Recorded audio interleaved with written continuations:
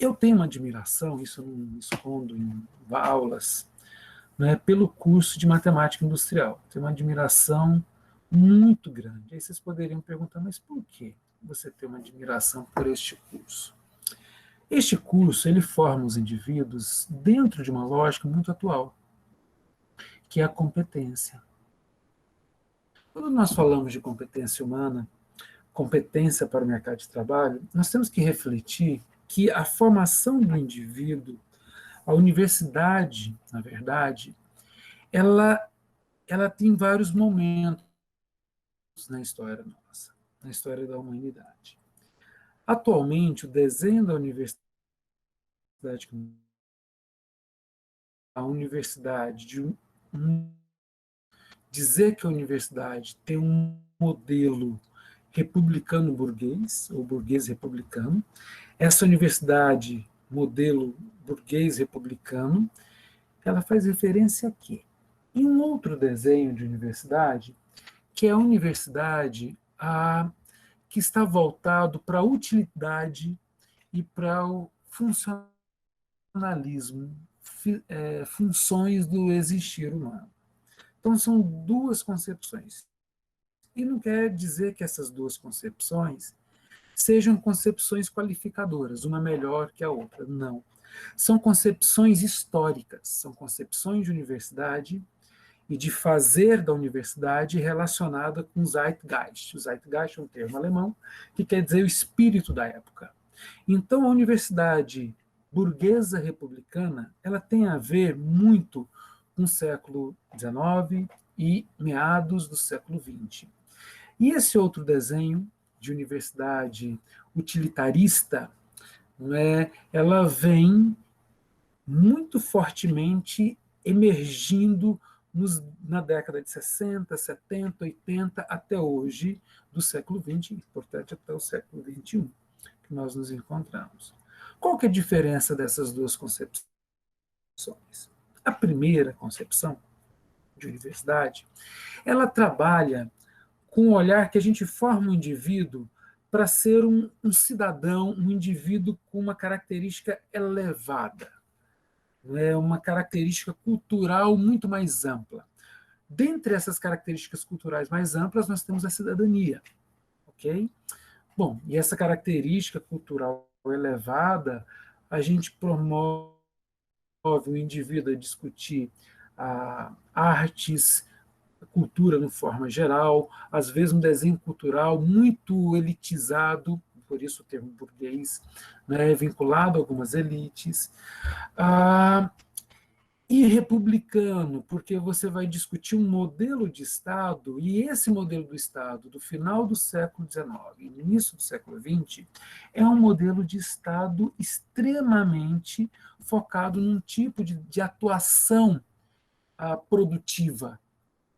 Quando a gente fala atuação produtiva, eu estou me referindo, de acordo com uma literatura da economia, especialmente, é que o início do século XX, final do século XIX, nós temos aí uma economia pautada no desenvolvimento de um tipo de indústria. E esse tipo de indústria, né, uma indústria de produção, uma indústria que muitas das vezes estava voltada, em dado momento, para uma produção interna, ela passa a atender demandas externas a um Estado-nação.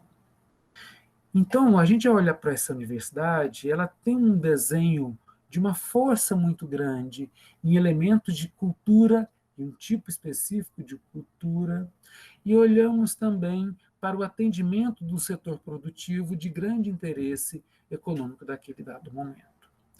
O que acontece? O que acontece é que nós estamos numa grande transição. Da década de 60 até hoje, há um redesenho de toda a estrutura funcional dos países. Especificamente, há um redesenho dos desejos, das demandas das pessoas. Há um redesenho, portanto, na forma como o Estado passa a atender as pessoas e, consequentemente, o setor produtivo. Então, nós não temos mais. Existem ainda aquelas grandes indústrias de produção, de transformação, Porém, todas essas indústrias sofreram completas reestruturações, completa reengenharia. Né? E se nós olharmos as relações entre os países, também sofreu uma reestruturação produtiva no globo, no planeta. Há um certo exemplo, quando nós olhamos para a China hoje, ela concentra muito da parte produtiva, né, do setor industrial, algumas regiões da Indonésia, dos tigres asiáticos, falando assim. Então, o que eu estou querendo trazer para vocês? Não é? O trabalho, o mercado de trabalho, ele relaciona, ele se vincula com a realidade posta. Bom, dando seguimento, então, vamos lá. Feito essa abertura, a minha análise ela vai envolver alguns pontos.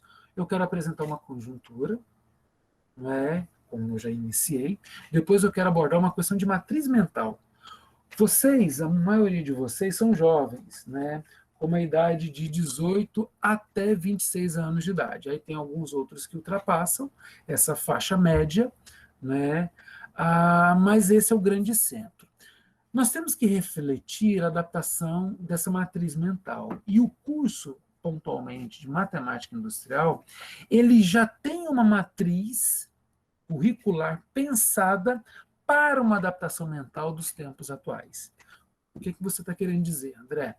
Quando eu digo que nós tivemos uma universidade, que ainda temos ranços, resquícios dela, um desenho de um bom burguês republicano, formar um indivíduo com uma cultura, e um aspecto específico de cultura, não é? Música clássica, algum tipo de arte, podem reparar que são poucas as universidades, muitas das públicas, né?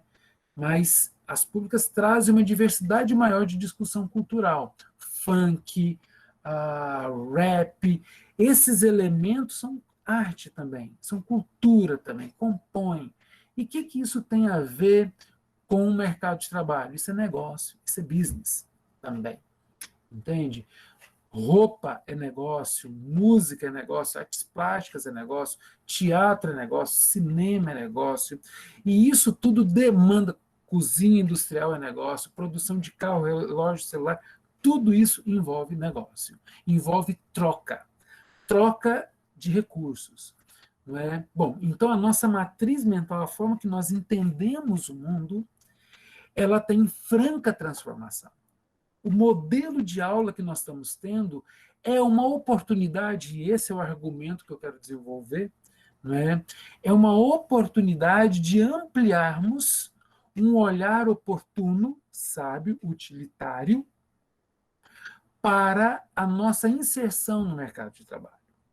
Essa é a base. Tá? Depois eu quero, então, por isso, eu vou trazer um pouco de uma reflexão muito simples sobre ensino remoto, orientações básicas sobre ensino remoto que eu queria falar, e um pouco sobre segurança psicológica, que é um conceito em que nós criamos uma relação de apoio para o nosso desenvolvimento. Se nós conseguimos construir relações de apoio, nós temos condições de desenvolver e aprofundar nas competências e adquirir essas competências. Eu vou usar muito essa palavra competência.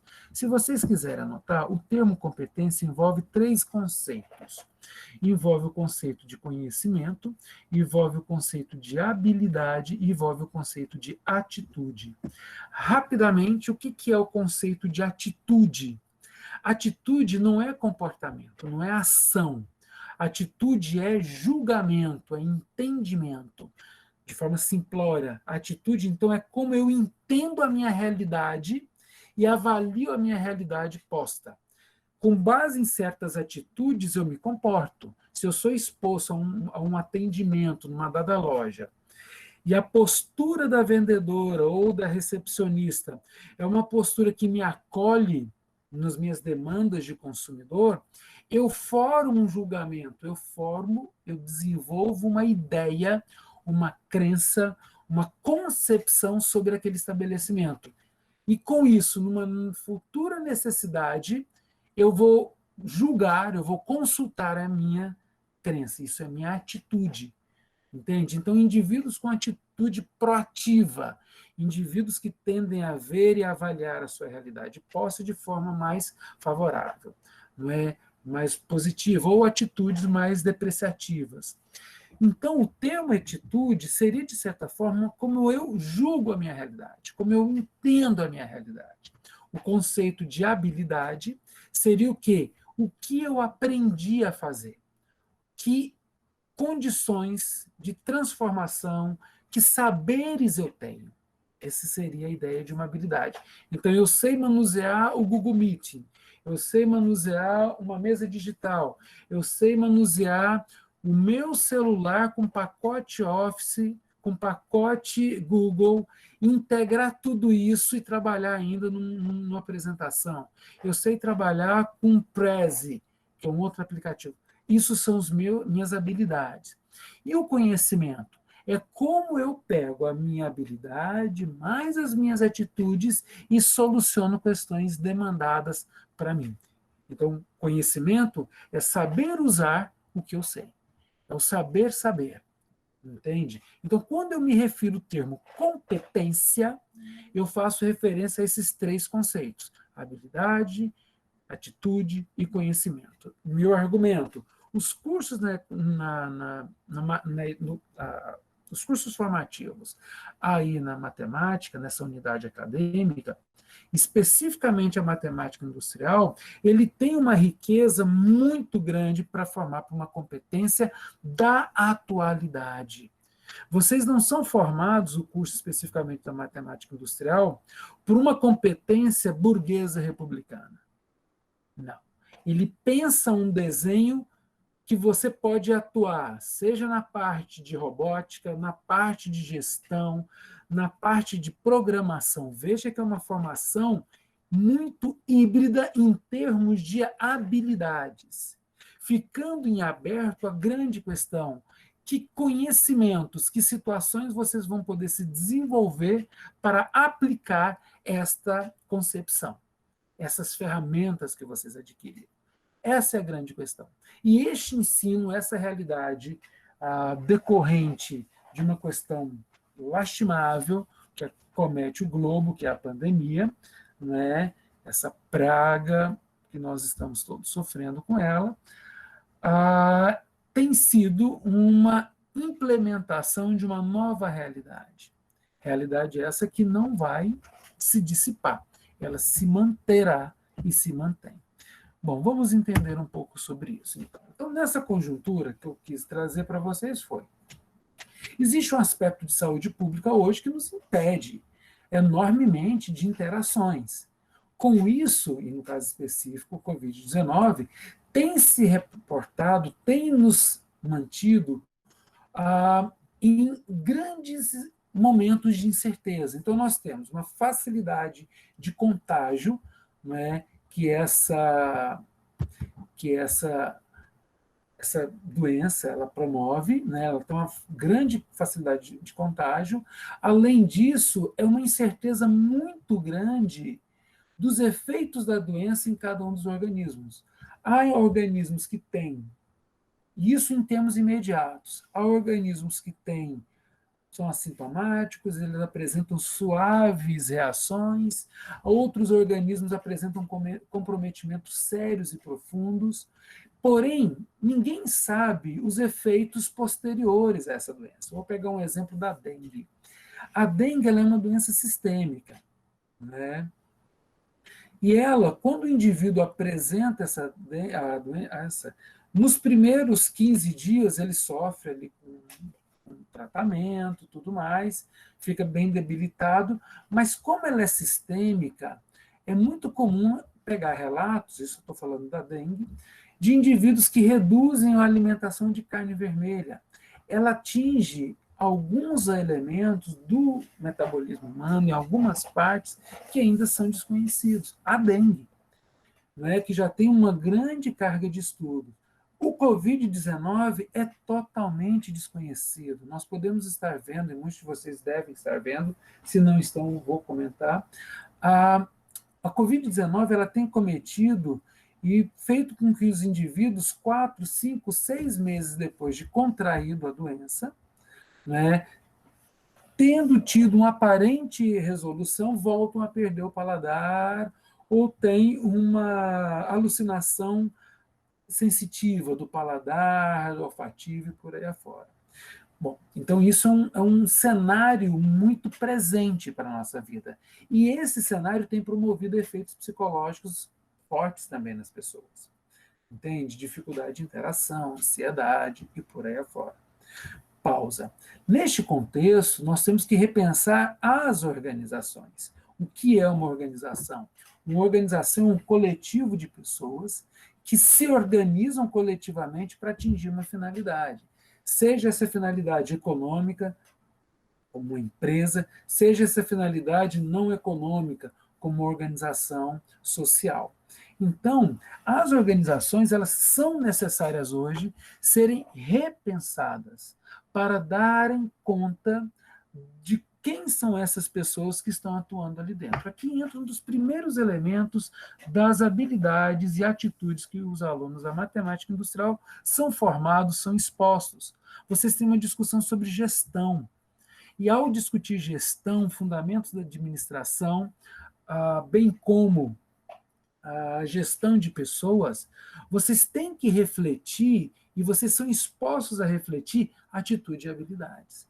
E como uma organização deve ser repensada, estruturada, para suprir as dificuldades que as pessoas têm.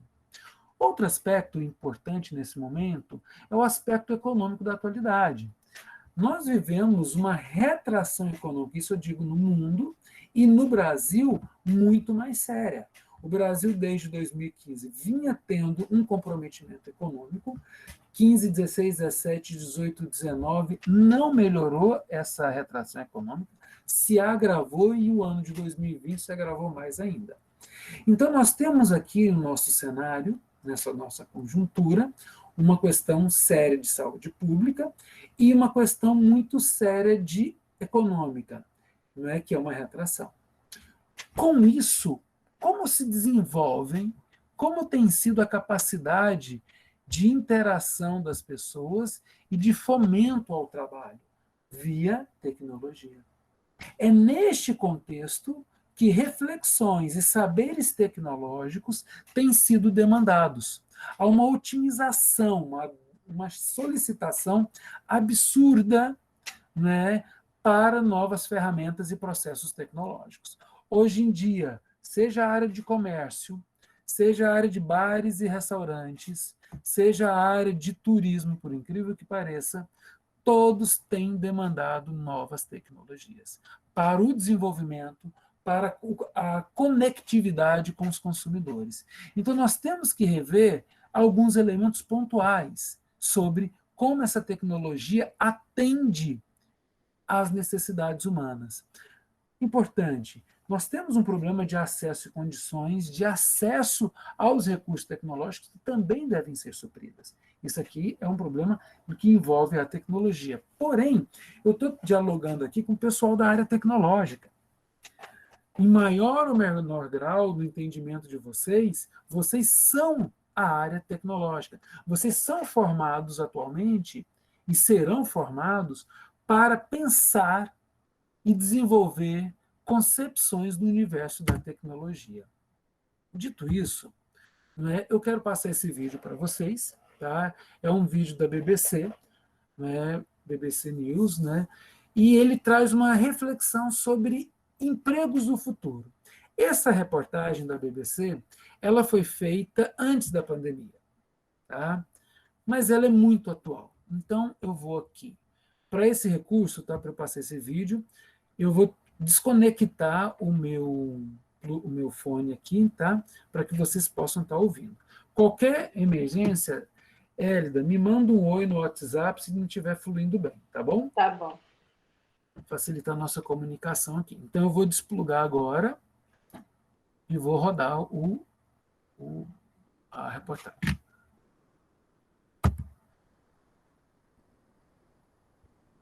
O que você quer ser quando crescer? Quem nunca ouviu essa pergunta? E ela não preocupa só crianças, pais, mães, mas também estudiosos que estão pensando no futuro do trabalho e, consequentemente, na educação. Uma versão dessa pergunta, qual emprego você espera estar aos 30 anos, foi feita em 2018 para 600 mil adolescentes de 15 anos. Um 79 países ou territórios, inclusive aqui no Brasil, pela OCDE. A conclusão principal é preocupante, segundo o relatório, em que parte considerável dos jovens está limitando suas aspirações profissionais a poucas carreiras, e pior, sonhando com empregos que podem não existir no futuro. Sou Paula da Midoeta, repórter da BBC News Brasil em São Paulo, e neste vídeo eu vou mergulhar no futuro do trabalho e no que os jovens querem ser quando crescerem. Essa pergunta foi feita durante a edição mais recente do Exame de Educação PISA, que mede habilidades de leitura, ciência e matemática no mundo inteiro.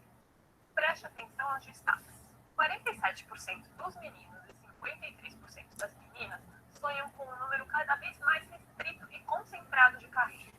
E o resultado mudou muito pouco em relação à última pesquisa sobre o tema, feita durante o PISA de 2000. E quais são essas carreiras? Entre os meninos, as 10 ocupações dos sonhos mais citadas foram nesta ordem: engenheiro, administrador de empresas, médico, profissional de TI, atleta, professor, policial, mecânico de veículos, advogado e arquiteto. Entre as meninas, as ocupações mais citadas foram médica, professora, administradora de empresas, advogada, enfermeira ou parteira, psicóloga, designer, veterinária, policial e arquiteta.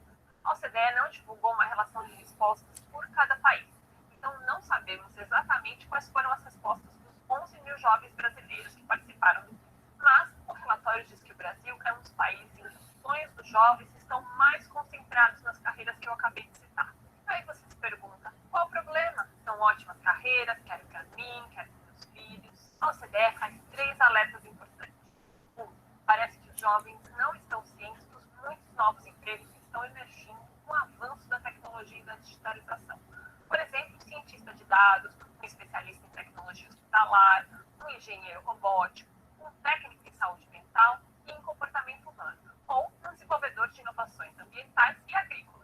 A maioria ainda sonha com as carreiras que a OCDE chama de típicas do século XIX e XX. Segundo a entidade, a maioria das carreiras promissoras que devem bombar no futuro simplesmente não estão no radar dos jovens atuais. O André Schleicher, que é especialista em educação da OCDE, cita um caso específico dos Estados Unidos. Lá, a carreira de especialista em suporte de usuários de informática está em ascensão. Tem risco relativamente baixo de automação nos próximos anos, pode ser ocupada por jovens profissionais que tenham formação técnica de 2 anos e tem salário mensal médio de mais de $4.000. Só que numa pesquisa de preferência dos estudantes americanos, ela apareceu no número 229 entre as carreiras mais citadas. Você prestou atenção? A carreira não exige longos anos de estudo. Tem um salário de $4.000 por mês, que é bom até para o padrão americano. Quase ninguém pensa nela. O segundo alerta: questões de gênero ou classe social impactam muito nos sonhos que os garotos e garotas têm para suas vidas profissionais. As meninas, por exemplo, sonham muito menos com carreiras na ciência, na engenharia e na matemática do que os meninos. E muitos jovens de baixa renda, mesmo aqueles que tiveram um bom desempenho no PISA, têm uma expectativa muito menos ambiciosa para o seu próprio futuro. Sonham menos em cursar a universidade ou em ocupar cargos mais altos, em comparação com os jovens de renda mais alta. E o terceiro alerta talvez seja o mais crucial. Mais de 1/3 dos trabalhos citados pelos entrevistados do PISA corre o risco de ser automatizado nos próximos 5 ou 10 anos. Ou seja, pode ser que um robô ou um computador passe a realizar esse trabalho no lugar de uma pessoa. E esse emprego desaparece ou muda drasticamente. Mas quais são esses trabalhos sob maior risco? Esse é um tema que tem sido muito estudado. O relatório Futuro do Emprego, do Fórum Econômico Mundial, lista algumas das funções que podem ser em breve, ao menos parcialmente, substituídas por robôs, drones ou algoritmos. Por exemplo, contadores, advogados, mecânicos, motoristas de veículos, trabalhadores de fábricas, gerentes administrativos, caixas de loja, auditores e bancários. Um drone passa a fazer a entrega, um programa pode cuidar da contabilidade e a inteligência artificial pode dar uma assessoria jurídica. Não é que a gente vai deixar de precisar de motoristas, contadores e advogados, por exemplo, mas é provável que haja um espaço para um número menor deles. Isso, é claro, varia muito de país para país. O Brasil, país em desenvolvimento com uma força de trabalho menos qualificada, está sob risco ainda maior. Um levantamento feito no ano passado, antes mesmo da pandemia, pela consultoria Idados, calculou que 52 milhões de empregos no Brasil podem ser substituídos por máquinas daqui a 10 ou 20 anos. Isso equivale a mais ou menos a metade dos empregos formais no Brasil. Motoristas, cobradores e balconistas figuravam no topo da lista de postos ameaçados de extinção. Essas tendências devem ser aceleradas pela crise atual do novo coronavírus. Os jovens, por sinal, são desproporcionalmente mais afetados pela crise, têm menos experiência e costumam ocupar empregos mais precários. E é claro, porque é muito duro entrar no mercado de trabalho justamente no meio de uma crise. Em geral, as profissões mais sob risco são aquelas que demandam menos criatividade, menos originalidade e que não exigem alta qualificação nem habilidades emocionais. Ou seja, independem daquela interação humana que a máquina ainda tem muita dificuldade de substituir. Está ficando deprimido com o futuro profissional do seu filho ou com o seu próprio futuro? Calma, que tem algumas luzes no fim do túnel. Eu vou voltar para aquele relatório do futuro do trabalho.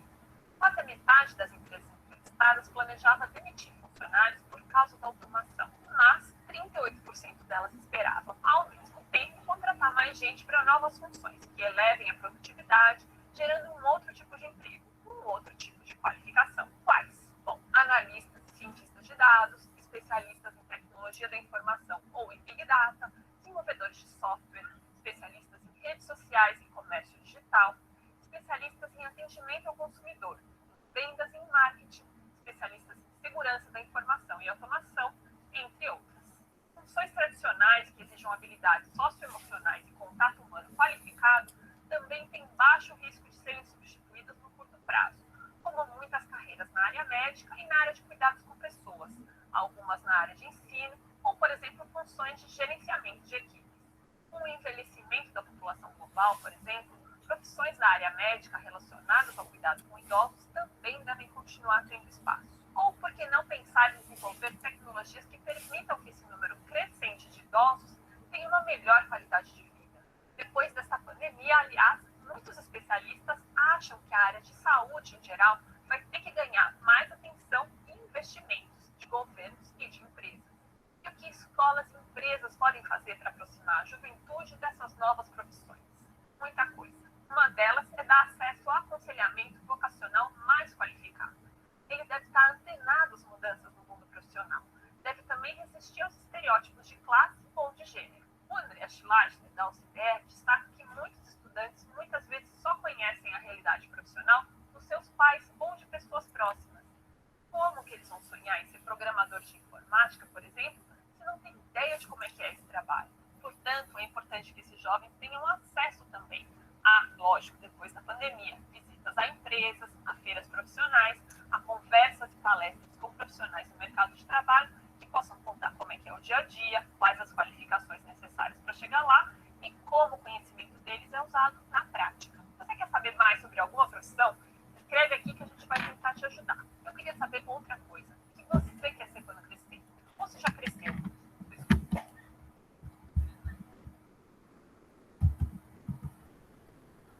Bem, deixa eu dar uma pausa aqui, deixa eu ir lá para vocês, para ver se tem alguma questão. Né? Ok. Antes de eu continuar, alguém tem alguma pergunta, algum apontamento? Veja, só para retomar aqui, as novas profissões, elas já estão sendo demandadas. Tá?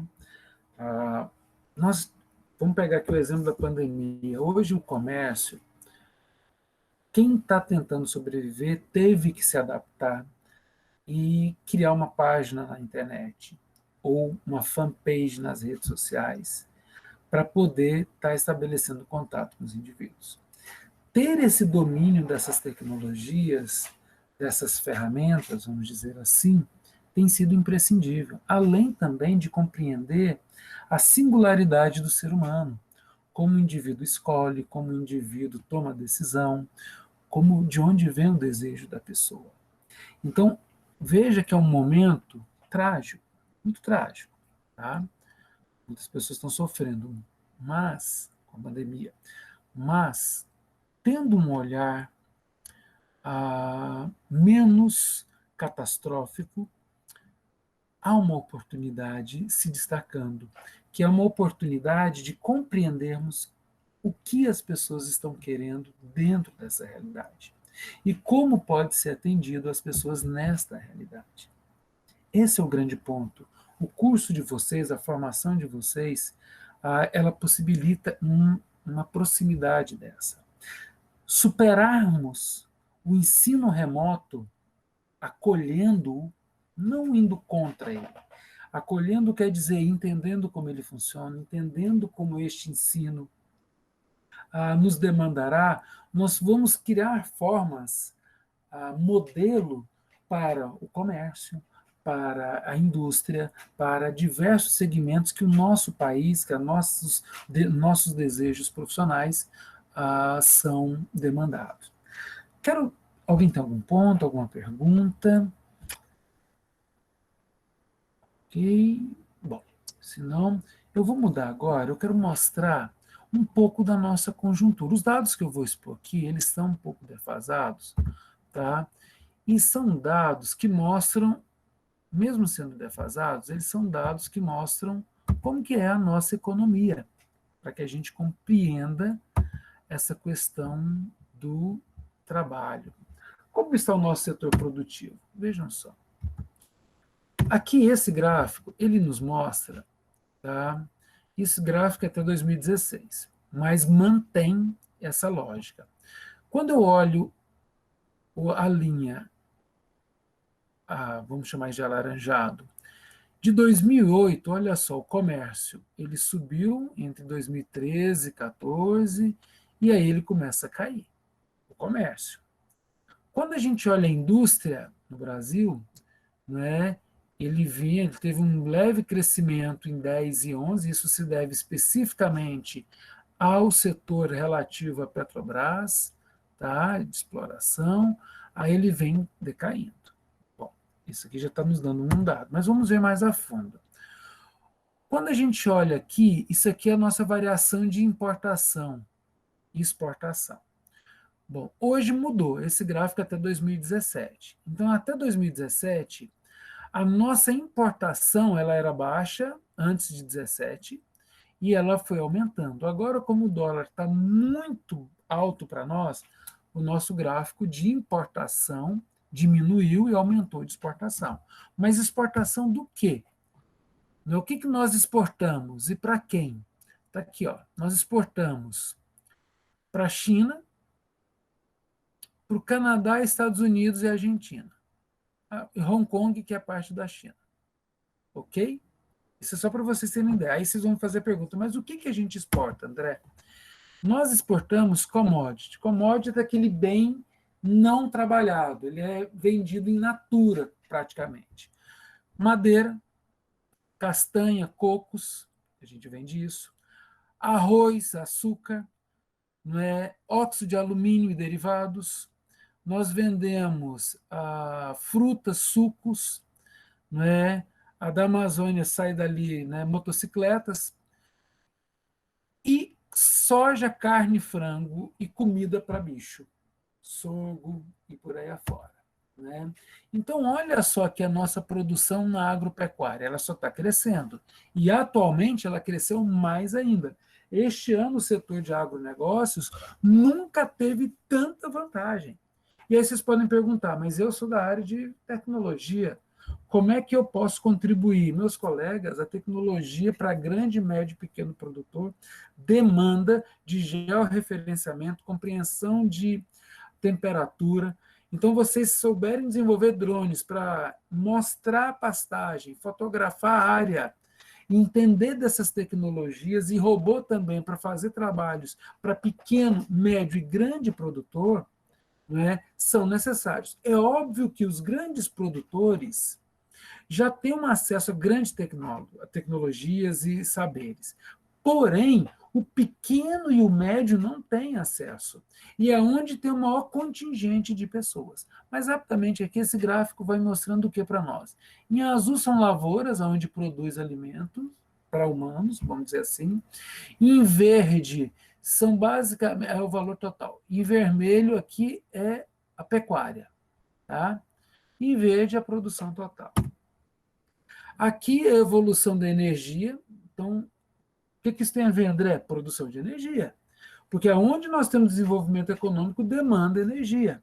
Para trabalhar com energia, nós precisamos de formação, matemática industrial, né, o pessoal aí de vocês, da mecatrônica, da robótica, tudo está nesse universo de discussão também.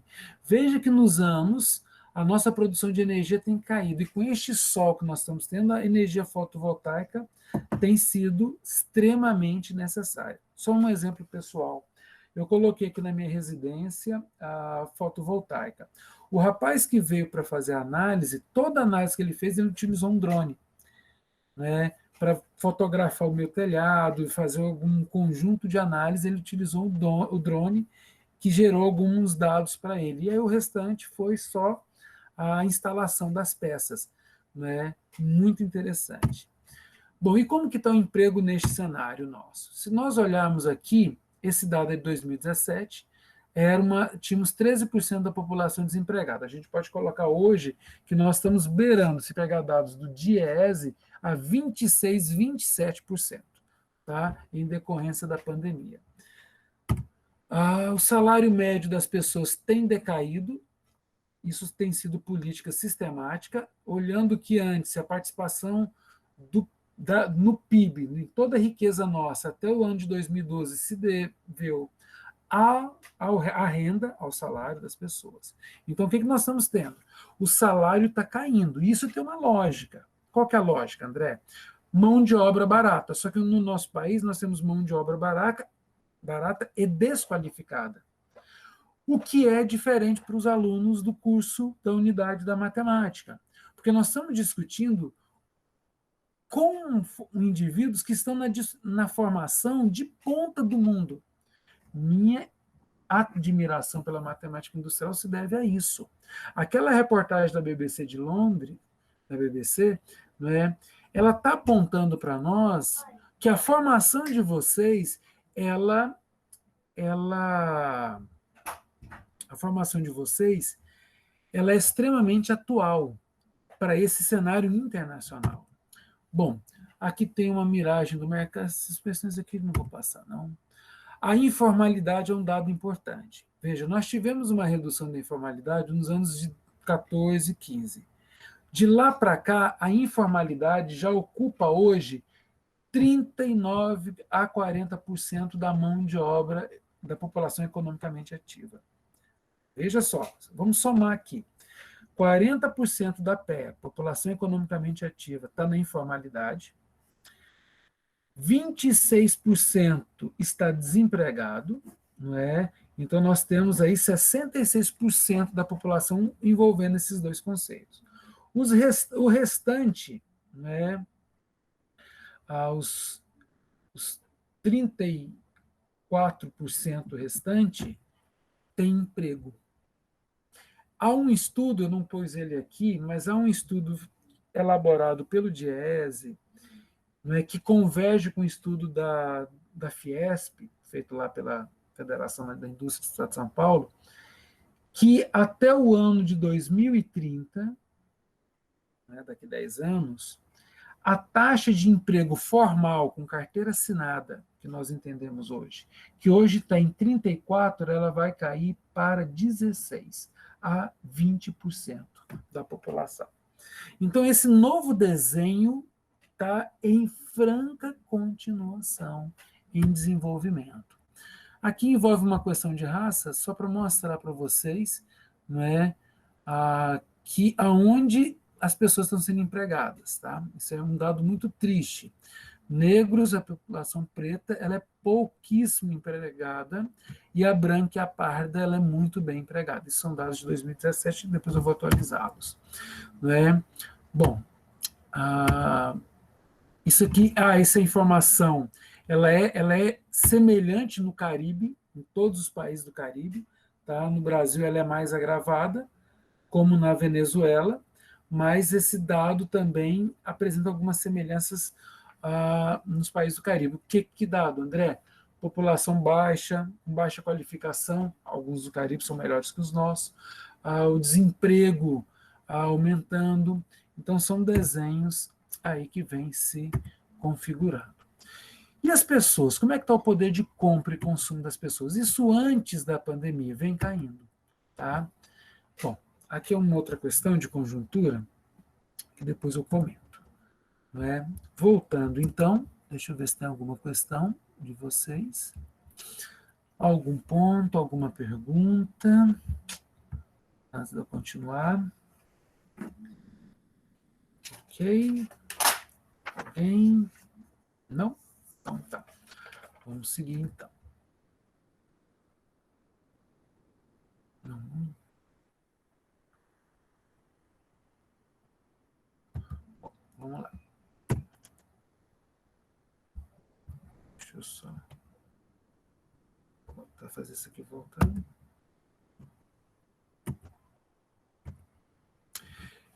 Quais são as oportunidades que nós temos, então? Vamos refletir um pouco isso. Nós temos as seguintes oportunidades neste contexto de transição que nós temos. Uma necessidade de desenvolvimento de novos processos produtivos e comercialização. Então, como é que a gente atende as pessoas num grau de isolamento desse? Temos que repensar como produzir coisas e como comercializá-las, criar mecanismos de interação com elas. Além disso, é uma necessidade de adequação dos processos produtivos já existentes. Então, se eu já fazia um tipo de produção, como eu posso me redesenhar? Vou para um exemplo da área de agronegócios, na produção de proteína animal, os frigoríficos. Eles têm passado por um processo de revisão e adequação do processo produtivo deles, porque é uma das áreas onde há maior contaminação. Então, há um novo redesenho ali. E a própria comercialização também tem que ser revista. Com esses dois elementos, surge o quê? Uma necessidade, isso é uma oportunidade, né, de repensar a capacitação, o desenvolvimento e a educação. O modelo presencial que nós tínhamos, né, não se iludam, a pandemia ela não acaba em dezembro como virada de ano, ela não se acaba. E quando tiver vacina, ela não vai acabar no dia seguinte, porque a vacina que tiver em condições de uso, essa vacina atingirá primeiro os profissionais da saúde e grupo de risco, para depois ser propalado em todo o Sistema Único de Saúde, no caso do Brasil. Então, nós vamos levar, no mínimo, 1 ano para atingir a população, se essa vacina, se tivermos uma vacina, né, e quando tivermos uma vacina. Esta é a grande pergunta. Há indícios de boas pesquisas aí sobre essas vacinas. Então, o que eu estou querendo dizer para vocês? A realidade posta é uma realidade dura. E dentro dessa dureza, o que nós temos que rever? Processos produtivos e comercialização novos. Adequação do que já existe, aquele que não tem. Então, por exemplo, você tem uma padaria aqui em Catalão, e essa padaria não fazia antes da pandemia venda online, ela vai ter que começar a fazer. Ela tem que repensar isso, porque senão ela quebra. Então, nós temos que formar o funcionário da padaria e nós temos que formar o indivíduo que vai criar essa tecnologia ou vai ofertar essa tecnologia. Para vocês, alunos de uma universidade pública, que tem na sua essência a capacidade de pensar e criar novas oportunidades o tempo todo, vejam que a matriz curricular nossa, de toda a UFCAT e da UFG também, elas são matrizes que permitem um diálogo. Como assim permite um diálogo? Vocês podem pegar matéria na administração, matéria na psicologia. Um exemplo rápido, Steve Jobs ele fez matérias no curso de artes. E essa é uma grande beleza do trabalho da Apple. Ela põe forma, ela põe estética, ela põe uma plasticidade nos produtos deles. E isso que nós temos que estar atentos. Entende? Bom, então aqui são as oportunidades deste momento. Processos produtivos de comercialização e capacitação. Essa realidade exigirá e exige novos desenhos de capacitação. Bom, aqui, mais um vídeo rápido, não sei se vocês conhecem, isso aqui é para trazer, então, essa discussão sobre matriz mental. O que é matriz mental? É como eu entendo a minha realidade. Se eu olhar para essa realidade que eu vivo hoje, achando que eu tenho que ficar em casa e não tenho que mais ter nenhum contato e o governo tem que me bancar, o governo tem que bancar as pessoas, tem que auxiliar as pessoas que estão numa situação de comprometimento e de agravamento muito grande na sua vida. com muita maturidade, vamos fazer uma reflexão. Como que andam os profissionais do setor da pornografia, da indústria do sexo? No Brasil é proibido alguns tipos de serviços desses, mas fora do país, não. Né? Então, como que é que funciona dentro de um cenário desse? O que as pessoas estão fazendo? Né? Então, nós temos o tempo todo que estar repensando a nossa matriz mental. E essa matriz mental envolve a competência, envolve como eu entendo a atitude, como eu faço as coisas, a habilidade, e como eu aprendo a fazer sobre essa realidade, né? Como eu soluciono. Aqui é uma breve entrevista do William Kankawamba. Não sei se vocês conhecem esse rapaz aqui. Dele foi feita a inspiração de um filme muito bonito, que é O Menino que Descobriu o Vento, ou que Criou o Vento. Vamos ver aqui. Rapidamente, vou passar esse vídeo. Ele é curto.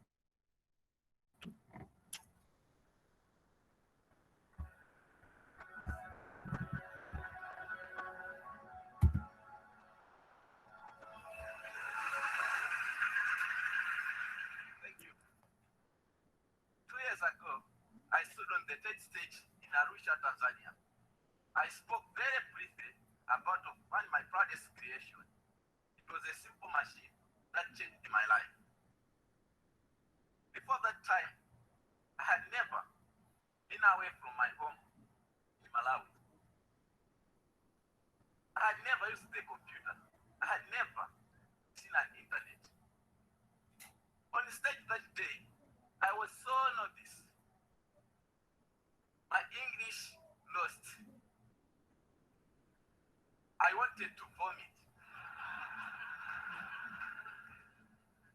I had never been surrounded by so many Azungu, white people. There was a story I couldn't tell you then, but well, I'm feeling good right now. I'd like to share that story today. We are 7 children in my family, 4 sisters excepting me. This is me with my dad when I was a little boy. Before I discovered the wonders of science, I was just a simple farmer in a country of poor farmers. Like everyone else, we grew maize. One year, our fortune turned very bad. In 2001, we experienced an awful famine. Within 5 months, all Malawians began to starve to death. My family ate 1 meal per day at night, only 3 swallows of sima for each one of us. The food passes through our bodies. We drop down to nothing.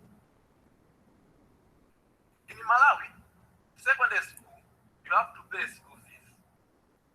Because of the hunger, I was forced to drop out of school.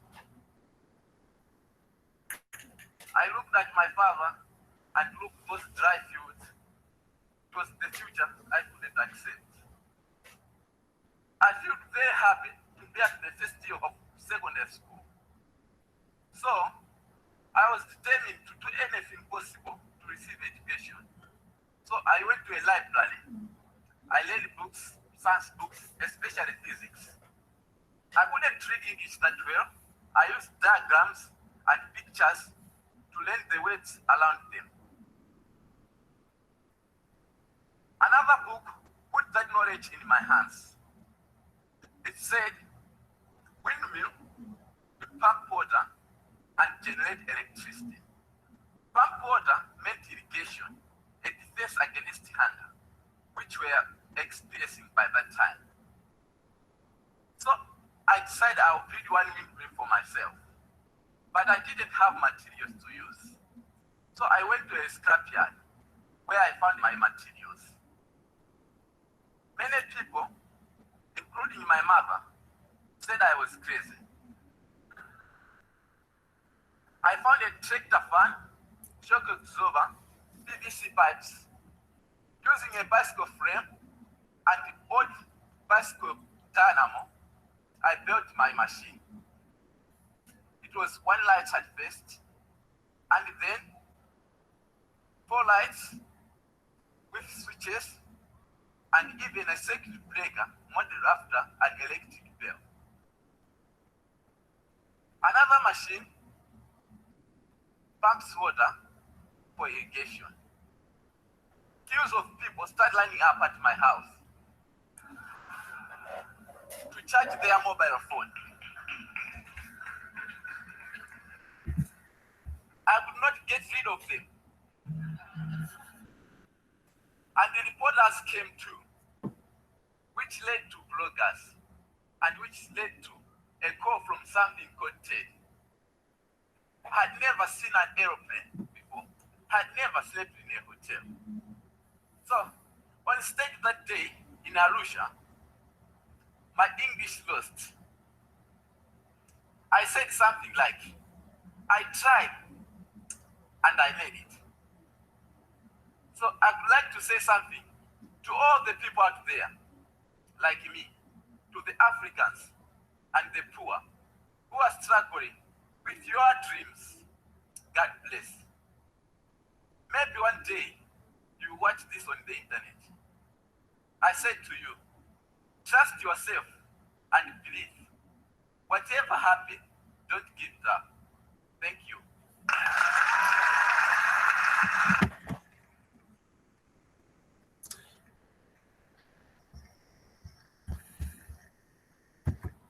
Bem, pessoal, esse vídeo é muito legal, e tem um outro que ele comenta, que é o primeiro que ele aparece, que ele comenta aí, do TEDx. Vocês podem pegá-lo na internet, e é muito interessante.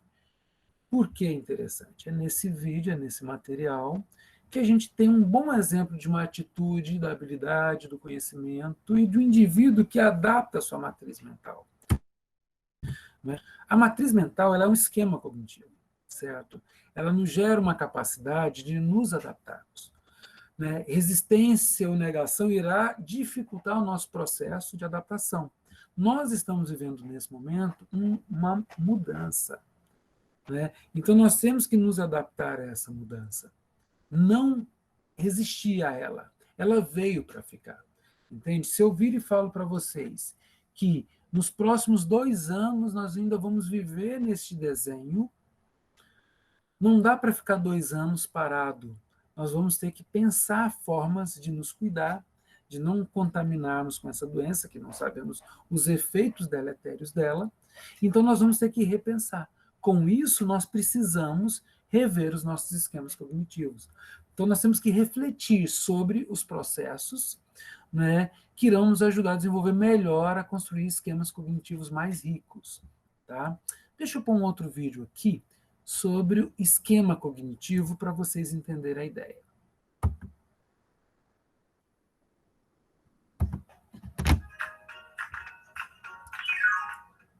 Sabe quando você visita um shopping ou um museu e já na segunda visita você consegue se locomover pelo ambiente com desenvoltura sem se perder? Essa sensação de familiaridade com o local indica que na visita anterior você conseguiu criar um esquema cognitivo sobre aquele espaço. Sabe o que é um esquema? Dê uma olhada.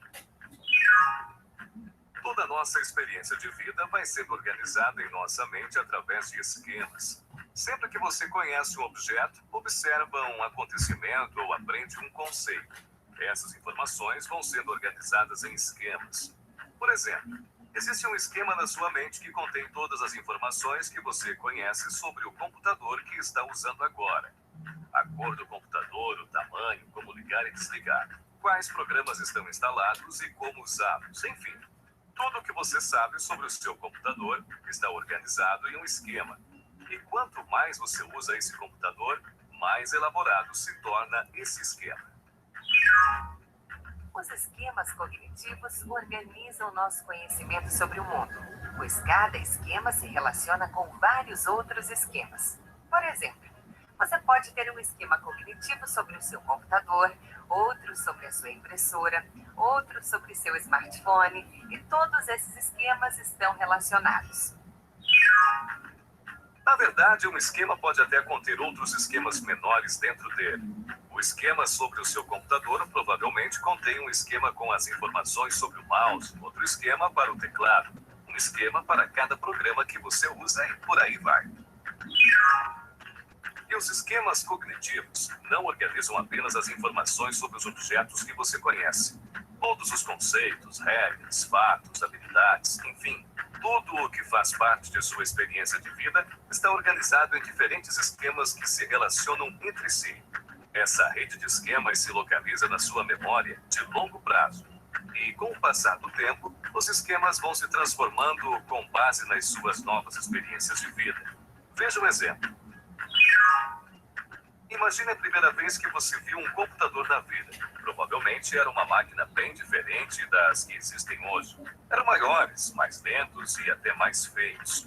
Com o passar do tempo, você foi aprendendo a usar vários programas. Os teclados foram mudando. O formato das telas também. Surgiram computadores móveis. A internet se tornou bem mais veloz e você passou até a poder assistir vídeos no computador. Cada vez que uma mudança acontecia e você se apropriava dela, seus esquemas cognitivos sobre computadores iam se modificando com as novas experiências. Isso está acontecendo ao tempo todo com diversos esquemas da sua rede. Mas para que servem os esquemas cognitivos? Bom, os esquemas servem como um roteiro que nos ajuda a interpretar o mundo. Dê uma olhada. Sempre que você se depara com um computador, mesmo que ele seja diferente do que existe na sua casa ou no trabalho, você rapidamente identifica que aquilo é um computador, pois você já tem um esquema que te permite reconhecer aquele objeto. Quando você está dirigindo e percebe que o semáforo acende a luz amarela, você já sabe que deve ficar atento a ver se o sinal ficará vermelho e se precisará parar. Esse cuidado indica que você já tem esquemas cognitivos sobre as regras de trânsito e esses esquemas te permitem fazer essa previsão. Os esquemas que temos são nossos guias no mundo. Ok, os esquemas são nossos guias no mundo. Mas e quando nos deparamos com coisas no mundo que não podem ser compreendidas pelos nossos esquemas? O que acontece? Bom, a resposta para essa questão está na apresentação interativa logo abaixo desse vídeo. Olhe a página. Ok. Bom, deixa eu só retomar aqui. O que acontece? Quando a gente... Deixa eu só reduzir aqui. Deixa eu ver se vocês têm alguma questão. Opa. Deixa eu ver aqui vocês. Aqui. Deixa eu ver se tem alguma questão. Alguma dúvida, alguma pergunta? Só mais uns 5 minutinhos, Hélida, aí eu vou para o fechamento, tá? Ok. Alguém tem alguma dúvida, alguma pergunta, algum apontamento?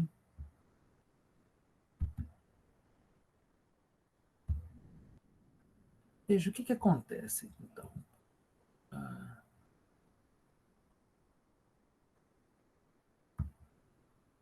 Então, veja.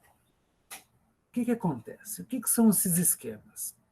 Quando a gente é exposto a uma nova situação, nós vamos tentar entender a realidade a partir daquela concepção que nós já temos.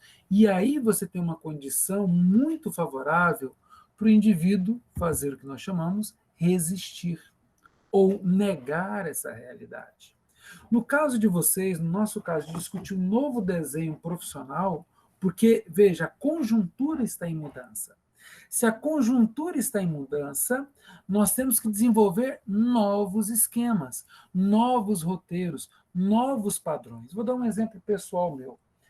Em 2013, acho que na minha unidade, a gente começou a ofertar o curso de Administração Pública EAD. Eu acho que foi 15, 16, exato. E eu fui, me voluntariei para estar trabalhando nesse curso também, e eu fui muito mal avaliado. Muito mal avaliado.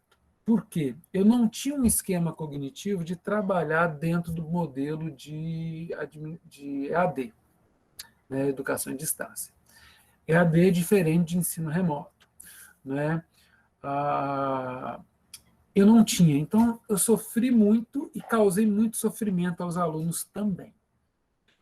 Porém, eu não neguei a realidade, né, e não fiz resistência. Eu reconheci que eu não fui muito bem nesse processo e busquei entender o que eram os meus vieses, aonde estava a minha fragilidade, voltando aqui, que habilidades eu não tinha e que atitudes estavam me bloqueando e que conhecimento, como eu não estava sabendo aplicar minhas habilidades àquela realidade. Então, eu revi meu processo. Dentre elas, até na questão estrutural. O meu celular, eu não sei dizer, mas era aquele que não mandava nem mensagem na época. Eu não tinha como entrar em WhatsApp. Então, primeira mudança que eu fiz, eu comprei um celular mais potente, com melhores condições de uso, né? Identifiquei que eu estava trabalhando naquele modelo a partir de uma matriz mental de aula presencial que não funcionaria, né? Então, e eu não estava sabendo usar as tecnologias, ou seja, ferramentas didáticas que tinham naquela época. Posteriormente, eu ofertei disciplinas lá e minha avaliação ela foi bem melhor do que no início e atualmente continua muito bem. Mas isso que eu quero dizer? Eu me mantenho muito conectado ao processo de avaliação. Por quê? Para eu verificar o que está acontecendo no âmbito das minhas atitudes, do que eu tenho feito naquele trabalho. Porque se eu nego essa realidade e resisto, consequentemente, eu não estarei sensível a um novo desenho que eu me encontro. Todos nós, nesse nosso encontro aqui de manhã, todos nós estamos no mesmo pacote. Tá? Em termos de trabalho e emprego, nós estamos no mesmo pacote. Para os meus colegas, para o Celso e para a professora Hélida, que são professores e servidores públicos. Veja só, nós estamos vivendo hoje no Brasil algo que ocorreu em boa parte da América Latina e Caribe, repito, boa parte da América Latina e Caribe, que foi uma reestruturação do processo produtivo no ambiente das universidades. E nós estamos tendo agora uma discussão que ela vem chamada de reforma administrativa. O desenho do nosso contrato de trabalho não se manterá. Só para dar um exemplo, né, nos Estados Unidos, as universidades de lá são organizações públicas não estatais. Né? Elas não podem ser consideradas, elas podem até ser consideradas privadas, mas elas são controladas pelo Estado. E lá, nessas universidades, nas americanas, mesmo as tops, né, não tem empregados servidores públicos. Se nós formos para a Alemanha, o desenho é semelhante, para a Polônia o desenho é semelhante, para a Espanha também. Então, o desenho nosso está sofrendo há uma discussão de transformação hoje para nós. E aí a pergunta é, qual o esquema cognitivo que eu tenho para esses novos desenhos que estão sendo implementados? Todos nós estamos no mesmo pacote. Não é? Bom, e aí, rapidamente, esse aqui eu vou ser célere. A educação à distância, como exemplo, e a aula remota. A educação à distância elas são aulas gravadas, né, para que o aluno estude quando ou onde quiser. As aulas são permitidas e regulamentadas para esse desenho. Há uma metodologia desenvolvida, não é? Há uma metodologia desenvolvida, ela é própria para a distância e atende aos alunos nessa configuração. O caso das aulas remotas ela é diferente. Elas podem acontecer ao vivo, como está o nosso caso, chamadas aulas síncronas, e elas respeitam os dias e horários e mesmo os dias e horários dos professores do presencial. As aulas foram regulamentadas pelo Ministério da Educação só durante o Covid. Porém, nós não sabemos quando isso vai acabar. Não é? As aulas elas seguem um cronograma previsto no semestre presencial, ou seja, são desenhos diferentes, o EAD da aula remota. E isso aqui pede uma matriz cognitiva diferente. Vamos olhar as faculdades particulares, vamos olhar as escolas públicas e privadas. Exige matriz diferente, matriz mental diferente, matriz cognitiva diferente. E nessas matrizes cognitivas, nós precisamos de profissionais que nos formem, nos tragam contribuições na área tecnológica. E aí ao que eu me refiro, na área tecnológica, são vocês. Aqui tem algumas discussões que eu não vou entrar nelas, eu havia posto para conforme mais o tempo. Mas aqui vem, então, aqui é uma afirmação, o ensino remoto será uma nova construção social. Será não, ela é uma nova construção social. Esse é um desenho que nós temos que nos constituir todos. Veja, essa fala minha ela é tanto para a orientação das nossas aulas, mas como também mercado de trabalho. As escolas particulares e públicas estão necessitando enormemente rever este desenho. E profissionais da área da tecnologia, vocês também são chamados. Não é?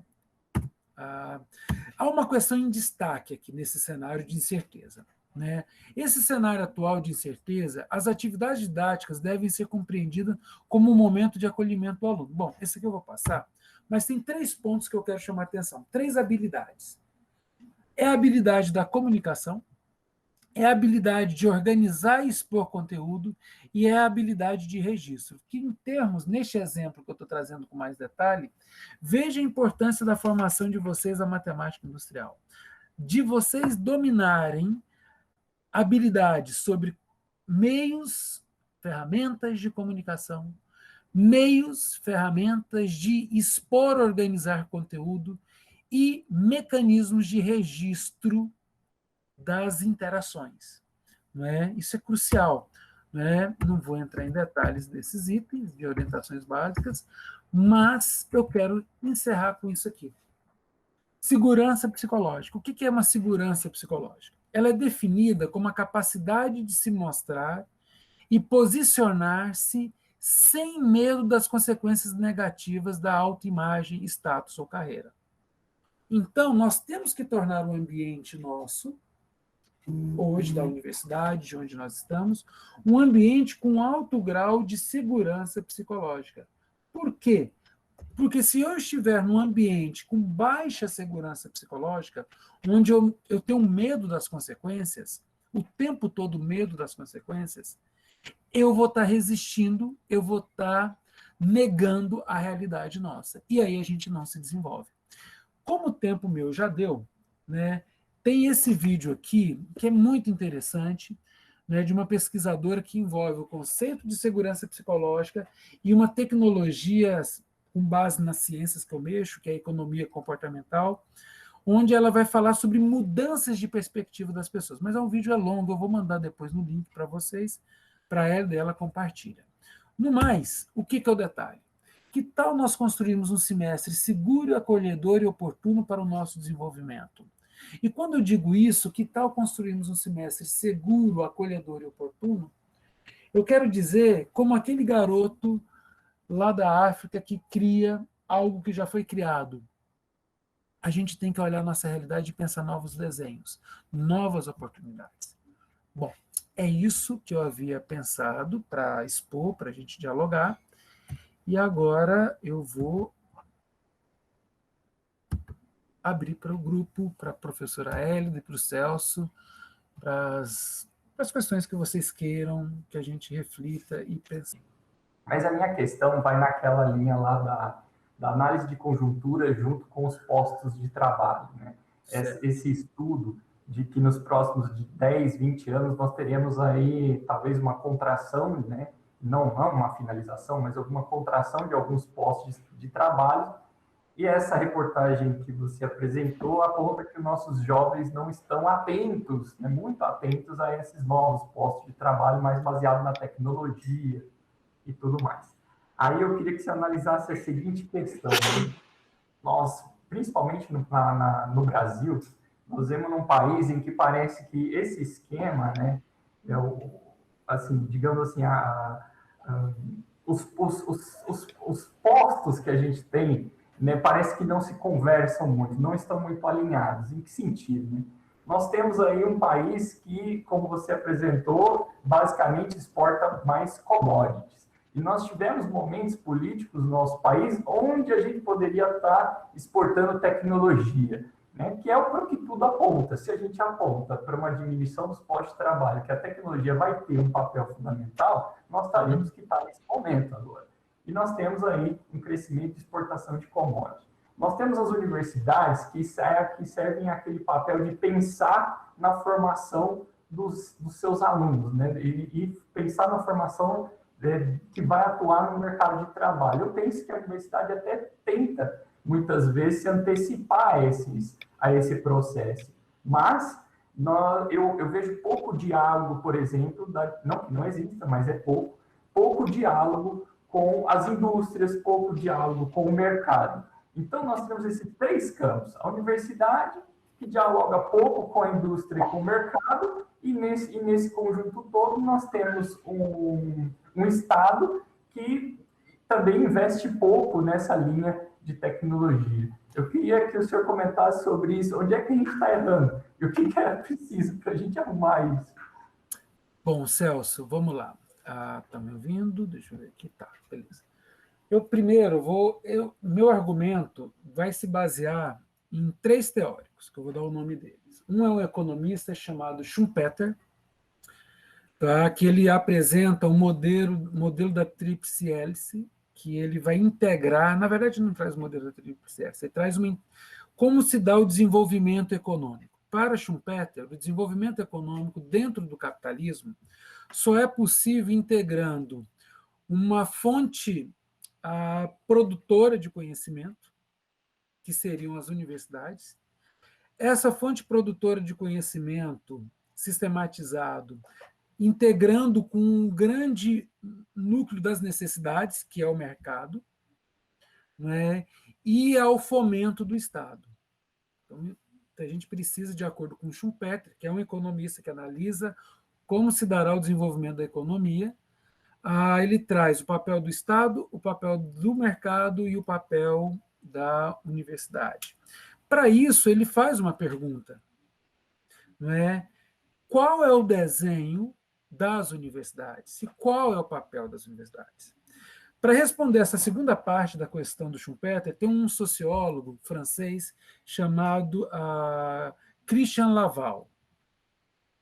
O Christian Laval, ele tem um livro, eu estou até procurando ele aqui do meu ladinho aqui, chamado A Escola Não é uma Empresa, o Neoliberalismo em Ataque ao Ensino Público. E o Christian Laval ele faz a seguinte reflexão neste livro. Ele analisa a França e a Europa, né? E a reflexão que ele faz é a seguinte: olha, o modelo, o termo que eu usei, Universidade Escola do Bom Burguês Republicano, é dele, esse termo. A universidade que nós temos hoje, né, no mundo, ela é uma universidade utilitarista. Porém, a sociedade, o mercado, de acordo com o Schumpeter, ele tem um olhar utilitarista. O que é utilitarismo? Eu quero coisas que eu posso usar. Então, para eu responder, eu estou trazendo uns conceitos básicos, que é o seguinte: qual que é o papel da universidade dentro de uma economia? Dentro de uma sociedade? Se eu olho para essa sociedade num modelo de um bom burguês republicano, eu vou formar um moço erudito, uma pessoa para as artes, para a cidadania, para um pensamento elaborado. O conhecimento, ele é formativo, que a gente apresenta para os alunos nessa universidade, ele pode se perder. Eu posso me permitir fazer uma aula contando a história da música brasileira sem pretensão de utilidade. Então, eu posso apresentar pesquisa básica na universidade sem medo. Eu tive o meu orientador do mestrado, ele fazia a seguinte afirmação. Ele era pesquisador básico. Ele falava, olha, eu não tenho que me preocupar com a minha pesquisa. O cara da aplicação e o empresário que tem que olhar o que eu faço e tirar proveito disso. Opa! Esse meu professor, meu mentor, ele é um indivíduo que teve a sua matriz cognitiva formada por uma escola burguesa republicana. Eu vou formar um moço erudito. Eu tive aulas eu estudei em lugares da minha vida que tinha aula de música clássica. Né? Beleza, legal, bacana, mas para quê? Entende? Hoje o que pega um belo de um funk, um batidão, é a linguagem que chega na galera, uma sofrência. Então, eu tenho que tirar isso da universidade. O desenho novo de matriz que as universidades se perguntam no mundo tem sido a utilidade do conhecimento gerado. Essa é a grande questão. No passado, não que essa questão não existia, ela existia.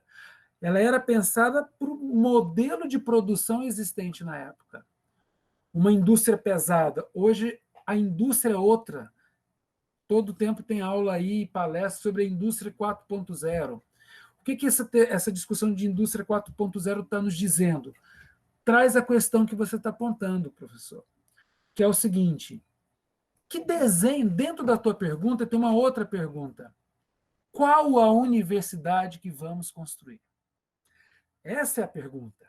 Nós, e aí quando a gente traz o termo universidade, não é aquele objeto distante de mim. O conceito de universidade é uma organização é um conjunto de pessoas. Ou seja, como nós vamos nos relacionar, nós, professores, alunos, técnicos, não demagogicamente, e nos integrar com a sociedade. Eu tenho aqui nas minhas apresentações, comumente eu vou te mostrar aqui rapidinho. Peraí, eu tenho que compartilhar. Não é?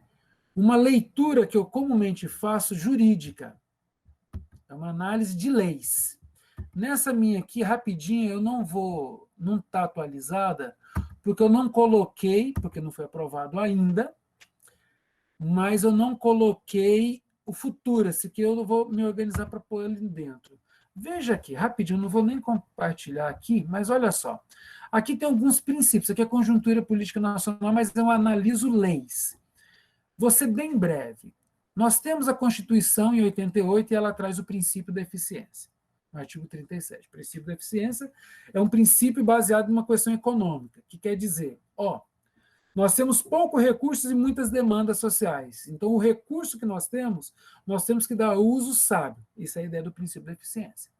Em 98, 10 anos depois, vem a emenda constitucional número 19, que altera e apresenta os princípios da norma da administração pública, dando mais ênfase no papel da eficiência, ou seja, mais ainda a gente tem que saber usar os nossos recursos. Agora começa uma coisa interessante. Em 98, tem a Lei 9.673, que institui as OS. Ok? O que é a OS? É uma organização privada, sem fins lucrativos, que pode gerir recurso público. Em 99, sai as OCIPs, né? São organizações sem fins lucrativos que podem fazer coisas exclusivamente públicas. Em 2000, Lei Complementar 101, que regula o gasto com pessoas, estabelecendo teto. Até 2011, o TST estabelece uma norma chamada, uma súmula 331, que regula a terceirização. Olha que interessante. A terceirização antes podia ser do quê? Só de atividade meio, não atividade fim. Se a universidade tem como atividade fim a produção e a transmissão do conhecimento, professor e técnico são atividade fim. Então, era regular, não podia ser terceirizado. Só que olha o que acontece em 2016 e 2017. 2016, você tem uma lei, que é do teto dos gastos, que é uma ampliação da Lei de Responsabilidade Fiscal, a Lei Complementar 101. Só que agora é para tudo. Você tem uma reforma administrativa que você desregulamenta mais ainda as formas de contratações, cria novos desenhos de contrato. E em 2017, a Lei 13.429, que liberou geral a terceirização, não mais terceirização atividade fim, né, atividade meio, mas fim também. E tem aqui em 2004 uma lei, que é a lei, rapidinho, 11.079, e em 2017 tem também a lei, o Marco Regulatório da Inovação. O que eu estou querendo trazer com todo esse apanhado? Deixa eu interromper aqui para dizer. A sua pergunta é, olha, o que podemos fazer para termos mais importância? Para isso, a nossa matriz individual, cada um de nós, tem que ser uma matriz mental de como eu dialogo com o setor produtivo. Hoje em dia, o diálogo com o setor produtivo, nos desenhos das universidades brasileiras que fazem isso, que são as públicas, é um modelo robusto e complexo. As paulistas se distanciam deste modelo. Você tem ali, com os desenhos dos NITs, dos núcleos de inovação tecnológica, esse movimento de aproximação maior. Isso foi regulado com o Marco da Inovação. Só que nós temos o Marco da Inovação em 2017. Não tem nem 3 anos para a gente ter testado essa lei ao extremo. A sua pergunta, para mim, agora, o que eu estou querendo trazer aqui? A questão da sua pergunta para mim é o seguinte: nós estamos numa transição de concepção no Brasil. O governo que está em vigência, ele é um governo que potencializa uma visão brasileira. Ele não traz nada que o povo brasileiro já não pensa. Ele entende que o conhecimento ele é elitista e ele não sabe, o povo brasileiro, em termos de representação, usar isto. Essa é a questão que ele traz. É isso que é dito o tempo todo. Em todas as mensagens simbólicas é dito isso. E o povo não sabe usar o conhecimento que nós apresentamos. A inversão se dá por nós. Não estou querendo dizer que a universidade pública não é relevante, ela é o que há de mais relevante. Mas, como nós vamos integrar com a sociedade? Esta é a pergunta para a resposta. E para essa resposta, nós temos que, não podemos negar, e não podemos nos resistir a rever a nossa proposta de estrutura funcional. Rever os nossos desenhos de integração com a sociedade. Vou dar um exemplo do que está acontecendo no Brasil. Existem universidades não públicas, mas algumas públicas fazem isso, né? Os institutos fazem muito o que eu vou dar de exemplo aqui. Eu fui aluno da escola técnica num desenho que já é muito o que nós temos nessa discussão. Você tem universidade particular hoje que ela cria a matriz curricular dela integrada com o setor produtivo. Então, quando o aluno entra num curso de administração, ele tem nesse curso de administração, ao concluir 2 projetos, que ele monte uma empresa, que essa empresa já tenha sido montada na constância, ou que ele otimize uma empresa durante o curso. Então, o curso todo é um case, é uma grande vivência de case. Isso eu estou pegando para uma realidade. Para uma realidade. O Lessa foi ministro da Ciência e Tecnologia do governo Lula, foi presidente do BNDES, na verdade, já faleceu este ano. Ele foi reitor da UFRJ, e ele promoveu um evento sobre os cientistas brasileiros. Esse evento foi, se eu não me engano, em 2001, se eu não estou enganado, onde ele reuniu vários pesquisadores que montavam no sua garagem os seus laboratórios. Então, ele foi fazer uma discussão que era o seguinte: a expansão da ciência no setor produtivo. E quem foram os cientistas ali? Um deles era o dono da Lelis. A Lelis é uma empresa de tecnologia que desenvolve sequenciamento genético. Não é? E essa Lelis, ela recebeu a capital de fundo perdido do grupo Votorantim. Então, eles montaram uma empresa que faz nada mais, nada menos sequenciamento genético. E o Lessa chamou esses caras, né, jovens cientistas, que montaram seus laboratórios, são os nossos Tony Starks, seus laboratórios na garagem. Né? E para discutir como é que era isso. Nas Paulistas, você já tem um movimento muito forte disso. Bom, para eu tentar sintetizar e encerrar a sua questão, a sua provocação, o que nós estamos fazendo de errado? Eu acho que nós não estamos fazendo errado. Eu acho que não tem coisa errada sendo feita. Porém, a nossa linguagem nos distancia da sociedade.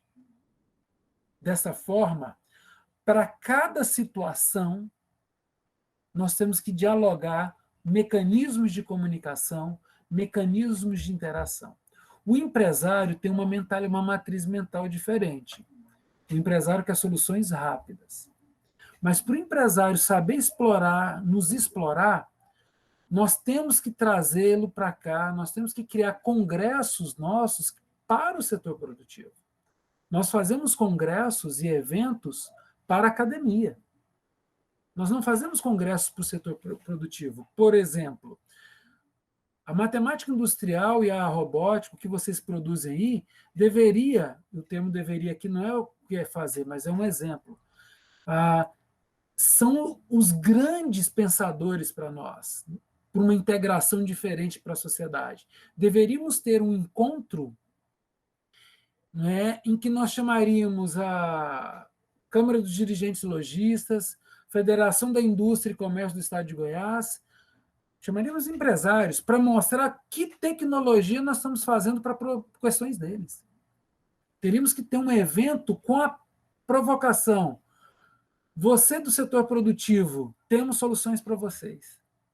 E aí vem aqui o cara para ver, olha, para você ali que tem um problema de criar aquela leitora de produtos, eu desenvolvi aqui uma máquina que faz leitura de código de barra, e na hora que faz isso, eu já lanço no teu computador o produto, todas as características. E já crio o banco. Então, assim, nós temos que ter eventos para essa população. Os eventos acadêmicos, eles devem ocorrer também. Mas a gente tem que dialogar com a sociedade. Por que não? Outra provocação. Por que não pensarmos disciplinas? O Michel Temer criou uma mudança no ensino médio. Não vamos negá-la. O ensino médio hoje, ele não absorve, na faixa etária esperada, não chega a 50% da população na faixa etária. Por que não criarmos disciplinas que possam ser feitas lá naquelas complementares do ensino médio, já dentro da universidade? Ou seja, são redesenhos da nossa universidade que tem que ser revista. São redesenhos. Por que o curso de medicina ele é tão atraente, seja nas particulares e nas públicas? Porque ele funciona dentro dos hospitais. Ele é 100% prático. 100% é muito forte. 90% prático, o indivíduo inserido no processo. A questão, para mim, são duas, para encerrar a minha fala nessa provocação. O desenho da estrutura das universidades que temos hoje não integra com o setor produtivo. Alguns núcleos de excelência conseguem integrar. E essa integração passa pela nossa incapacidade de dialogar frutiferamente com o setor produtivo. Então, não é um empresário que tem que saber que eu sou maravilhoso. Isso é uma visão muito infantil. Eu sou bom e o cara tem que descobrir que eu sou bom. Não. Eu que tenho que aprender e eu tenho que ser valorizado a vender o meu conhecimento, e o termo é esse que eu uso para provocar mesmo, a vender o conhecimento para o setor produtivo. Você, Celso, para mim é um exemplo. Vou te dar um exemplo didaticamente com você. Você é um especialista em estatística. Você é um cara que entende de estatística. Você é um cara que entende dessas análises. Nós temos 5.300 municípios, aproximadamente, fazendo eleição municipais este ano. Por que não ser montado dentro da universidade uma empresa, tipo empresa júnior, né? Tipo a Liga Mauá, de análises estatísticas e pesquisa de opinião dentro da universidade? Porque você é um cara que dá um show, traduzindo o termo show, você conhece, você é doutor, você forma indivíduos que estão aí dando murro em ponta de faca nessas empresas de estatística. Por que não montar dentro da universidade essa empresa? Ela vai funcionar na universidade, vai gerar soluções de questões, vai ser pago com GRU, ali na extensão, este serviço, e vai ser feito dentro da universidade. E você gera uma bolsa para você, para esse serviço, para os seus, durante esse ano. Veja, no governo Fernando Henrique, a universidade pública, ela foi mitigada dos repasses. Mas o Fernando Henrique, ele fomentou o desenvolvimento das fundações. A UNB, ela retirou, na fundação da Universidade de Brasília, 2 vezes mais o que ela ganhava de repasse, via fundação. não é? E hoje os desenhos nossos, a gente pode criar um monte de novas opções via a legislação posta do marco regulatório da inovação, né? Então, a grande questão é nós nos desenvolvermos para dialogar com o setor produtivo. O setor produtivo não sabe que nós existimos. Não sabe. Né? E se não sabe, a gente não conversa, pergunta provocativa. O que a gente faz é útil para eles? Né? Porque eu vejo na competência a gente habilitando os alunos e nos habilitando. Mas o terceiro elemento, que é o conhecimento, a gente tem que se desenvolver para o conhecimento também. Conhecimento é saber solucionar problemas com o que a gente sabe. Né? Será que nós sabemos solucionar problemas? Realmente para a sociedade? Né? Nós temos que criar as estruturas organizacionais para que a gente responda a isso. Bom, fui longo, desculpa. Espero ter trago alguma coisa. Marcelo Estopa, mas prefiro vislumbrar oportunidade, até nesse sentido. Se emprego, informalidade, surgir leitura do livro A Cauda Longa. Tem um livro que eu posso passar para vocês, que ele é muito robusto. Não é muito animador, mas ele é muito robusto. É do Ricardo Antunes. Eu esqueci o título dele, eu tenho ele digital, mas é o último dele sobre a uberização do trabalho. Entende? Essa uberização do trabalho vai chegar para nós professores das universidades públicas. Só para lembrá-los, o Estopa está aqui, não sei se ele ainda está aqui, em 2011, 2010, não é? O governo de plantão na época, em 2010, nós estamos falando do governo Dilma.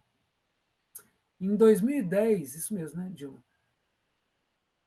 Em 2010, foi feita uma proposta de carreira nossa. E na proposta da carreira dos professores das universidades públicas, extensão e pesquisa, porque hoje nós ganhamos pelo quadripé. Ensino, pesquisa, extensão e gestão. Na proposta de 2011, se discutia só a PUCRE, que era o tripé, ensino, pesquisa e extensão, se retirava ensino e pesquisa da nossa remuneração.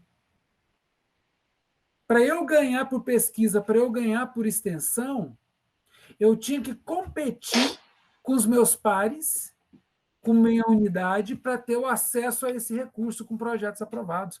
O que eu quero dizer com esse exemplo? Não estou falando se isso é bom ou ruim. Já há uma tendência de rever os nossos desenhos. Isso não passa nos próximos 10 anos. Ou a gente, Celso e colegas, nos tornamos protagonistas ou até de vanguarda em repensar nossa relação de trabalho com a sociedade, ou vamos pensar por nós um desenho não muito atrativo. Tá? Não muito atrativo. Bom, mas é isso daí. Estou aberto a vocês aí.